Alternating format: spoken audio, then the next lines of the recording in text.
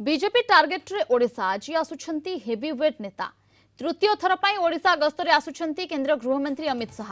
मध्याह्न 12:30 अमित शाह भुवनेश्वर विमान बंदर रे पहुंचवे। सेठारु स्वतंत्र विमान जोगे 1:30 रे सोरडा जिवे। सेठारे विजय संकल्प समावेश रे जोग देबे शाह।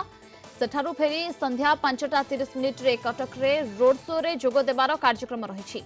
रोड शो रे बीजेपी प्रार्थी भोट मागिबे। बक्सीबजार स्थित गोपबंधु पार्क रु आरंभ करी नया सड़क पर्यंत रोड शो करिवे शाह।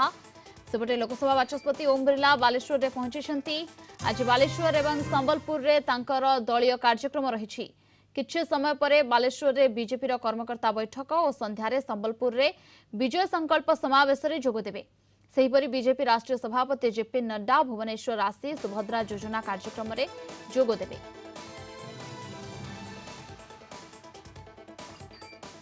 आमर गोपबंधु पार्क पाखु समाजपी सामने से आरंभ हम रैली से आसिकी बक्सीबजार छकु आप दरगाह बाजार होगी आपणकर गौरीशंकर पार्क होगी आपणकर नया सड़क शिव मंदिर पाखे आपण समाप्त हम से आपणकर भुवनेश्वर अंबिका यात्रा करेंगे बाय रोड रे आसवे रोड रू जी तेणु अमित जी प्रोग्राम एक्जाक्ट घंटे पर्यटन चलो 55 मिनट प्रोग्राम से रे कटक रे एवं तापरे सेठू से प्रस्थान करेंगे सांगे प्रार्थी 3 प्रार्थी आम रे आमर पार्लियामेंट प्रार्थी भर्तरी मताब रे डॉक्टर पूर्ण महापात्र पूर्ण बाबू रे कटक बारबाटी नयन महांती रे कटक चौद्वार एवं मिस्टर प्रकाश सेठी रे कटक सदर 3 जन रे।